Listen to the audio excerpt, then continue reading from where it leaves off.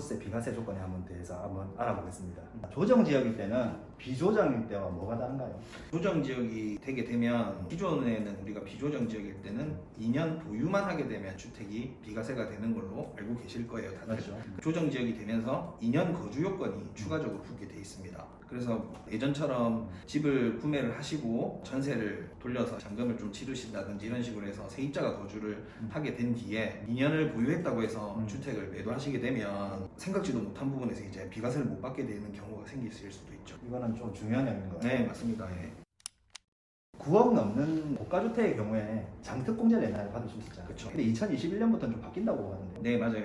예전 같은 경우에는 뭐 보유니 거주니 이런 거 없이 보유 기간만 3년이 넘어가고 매년 8%씩 해서 장기 보유 특별 공제를 받게끔 해줬었는데요. 요새는 거주 요건이 들어오다 보니까 거주를 하지 않으면 연간 4%만 인정을 받게 되고 최대로 40%밖에 못 받게 되시는 거예요. 그렇기 때문에 이제 거주를 같이 해주셔야 그 나머지 40% 부분에 대해서 총 80%에서 장기 보유 특별 공제를 가져가실 수가 있기 때문에 9억 초과분에 대해서는 세금이 조금 뭐 가볍다고 하더라도 아무래도 장기 보유 특별 공제가 있고 없고의 차이는 매우 클 수가 있기 때문에 거주도 이제 생각을 해보셔야 된다는 거죠. 정리를 해볼게요. 9억 이상 고가주택에 대해서는 네. 3년 이후에 장특공제가 발생하게 되는데 네. 거주 요건에 대해서 1년에 4%씩 네. 그다음에 보유에 1년에 4%씩 계산해서 최대 네, 80%까지 장특공제 받을 수 있다. 맞습니다. 뭐 요거는 사실 조정이냐 비조정이냐 차이보다는 지금 최근에 새로 들어온 거주 요건이 장기 보유 특별 공제에 들어왔기 때문에 이제 라이언 하우스님 말씀처럼 거주도 하고 보유도 하셔야 이제 최대 80%까지 장기 보유 특별 공제를 가져가실 수가 있습니다. 80%라면 10년이나 거죠. 그럼 조정지역이 됐을 때 네. 비과세 요건이 어떻게 되는지 같이 한번 알아볼게요. 비조정이었을 때는 기존 주택을 구입하고 1년 됐을 때 신규 주택을 구입한 다음에 기존 보유 기간 2년을 두고 신규 구입 주택이 새로 생기겠죠. 1년 뒤에. 네. 그때서 3년 이내에 기존 주택을 매도하면 비과세라고 알고 있습니다. 맞습니다. 예. 근데 조정지역이 되면 어떻게 될까요?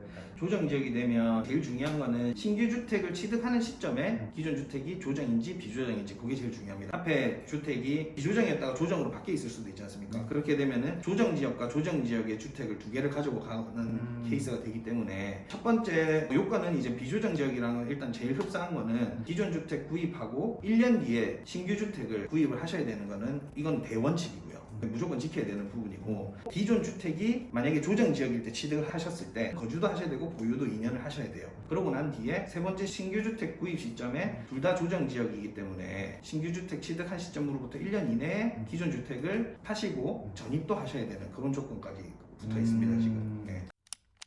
그러면 하나 궁금한 게 네. 1주택을 가지고 있었어요. 제가 계약을 할 때는 비조정이었는데 계약을 하면서 조정구역이 됐어요. 새 주택이. 그러면 어떻게 되는 그렇게 되면은 이제 신규주택 계약 시점으로 그거는 봐줍니다. 이제 계약서를 쓰고 계약금 10%를 완불했다라는 증빙만 하게 되면 종전 원칙처럼 종전주택을 3년 이내에만 매도하시면 되는 걸로 소급 적용이 된다. 네, 그렇죠. 네.